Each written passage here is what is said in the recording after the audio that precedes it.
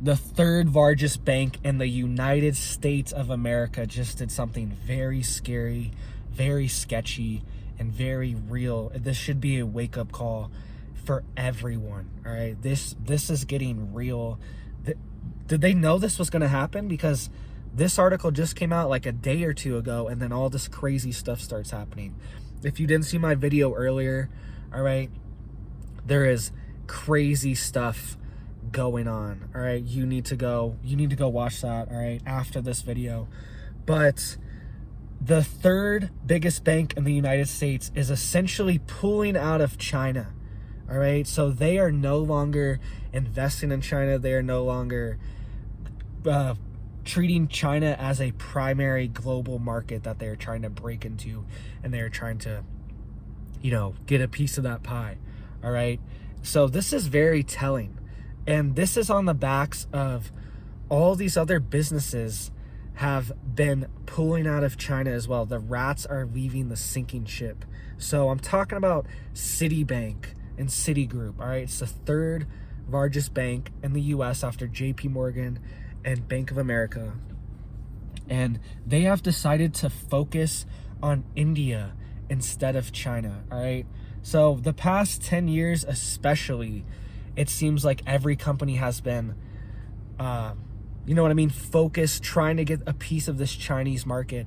But they're realizing that it's not sustainable. China is collapsing. China has major issues economically, domestically, politically, all around the board. China is on the edge of a collapse, all right? And if you didn't see my video earlier, go check that out, all right? There are troops in the street in China. Beijing is under lockdown, all right? The president of China is potentially under house arrest. And the Citibank pulls out days before this happens, all right? What are the odds of this happening? Did they know that this was coming? Did they get the warning that essentially martial law was going to be declared in China and a military dictatorship would be established, all right? I'm serious. Go watch my video from earlier if you guys want to see all the details on this. But this is huge, all right? Look at what already happened in China, all right? China brought out tanks just a couple months ago to stop bank protesters from demanding their money because they haven't been able to access their money. Billions of dollars in accounts that people have not been able to access for 6+ months, all right? Because these banks that are state-sponsored banks, some of the biggest banks in China, are essentially insolvent, and they don't even have the cash to give these people. And these people are desperate. These people are trying to pay for their kids' cancer treatment and crazy stuff like this, all right? Crazy. This is how desperate some people are, begging for their money back. And China has literally pulled out tanks onto the street to essentially crush the protesters. Not physically, all right? Maybe they wanted to, another situation, but essentially just crush the protest, crush their spirit, and be like, you are gonna face mass consequences if you continue this, all right? And this same thing has happened in Lebanon, okay?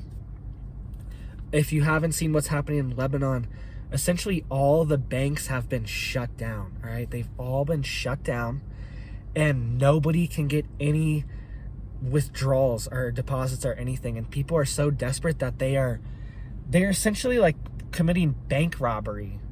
They're running into banks with their arms, some of them starting fires, crazy things to get their deposit, all right? To get their money.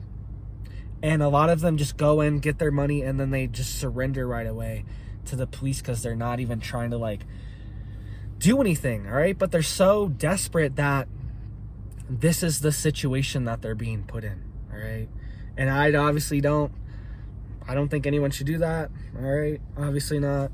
But I get why people are so desperate in these countries that this is what they do, all right? And Lebanon's already a rough country, all right? People are already struggling, and then on top of this, they can't even access their funds, all right? So when does it come to America? That's the point of all this. when does it come to America? When do these banks, like, what do these banks know? What do they know that we don't know? JP Morgan, the head of JP Morgan, Jamie Dimon, is always giving dystopian and crazy warnings about the economy and what's going on. All right, what do they know that we don't know? All right, they have so much data. Think of all the accounts that they can see. All right, when you sign up for a bank, you essentially let them see like every transaction you're making, everything you're doing in your life, the bank can essentially see. All right, so that's kind of what you're signing up.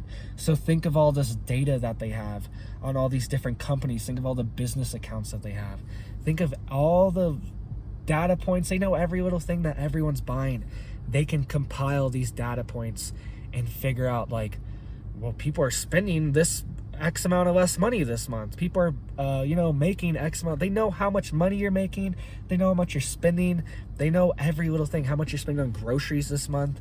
These banks are so powerful. Like, we live in a data information age where, that's the most valuable thing is data points on humans and human intelligence, stuff like that. Okay. I know I'm rambling here, but I'm just thinking about like all the data our banks have on us, right? So they probably can just like predict future models very accurately, right? Very, very accurately, because they know what all the businesses are doing, everything. It's just like how the CEO of FedEx came out and he said global recession is coming. He knows how much product these companies are shipping out. He has contracts with all these companies to exclusively do stuff with FedEx, right? This is what tons of businesses do, and they get massive discounts for using FedEx though, all right? It's way cheaper than just like doing it every package like through FedEx or UPS or whatever. You just like get a contract with FedEx and they give you discounted rates. So he can see the slowdown in every single business, all right? He can see it. He can see the accounts not sending out as many products, all right?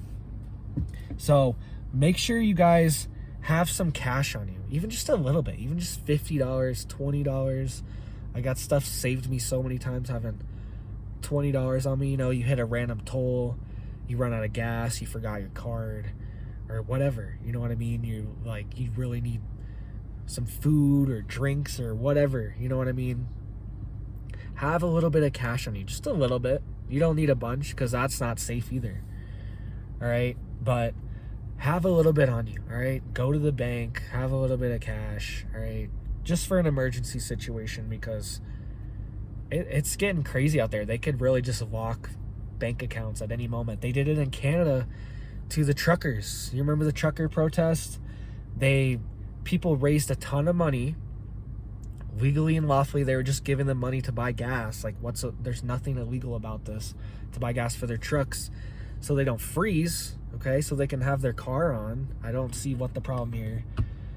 And they're protesting, all right? Everything they're doing was legal. This was in Canada. There was nothing crazy going on.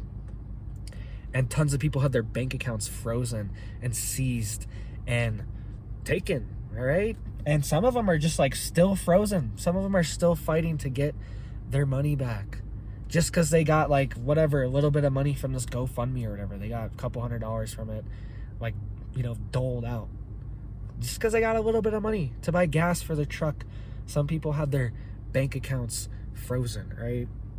So this could happen any reason, anytime. You know what I mean? They could really just shut it down and we'd be screwed. All right, so have some cash on you guys, and let's hope this gets better in China. Check out my video from earlier at what's going on in China. It's insane. Let's hope this gets better. Let's hope this is not true, but I think it is. All right, so thank you guys for watching, and you have a blessed day.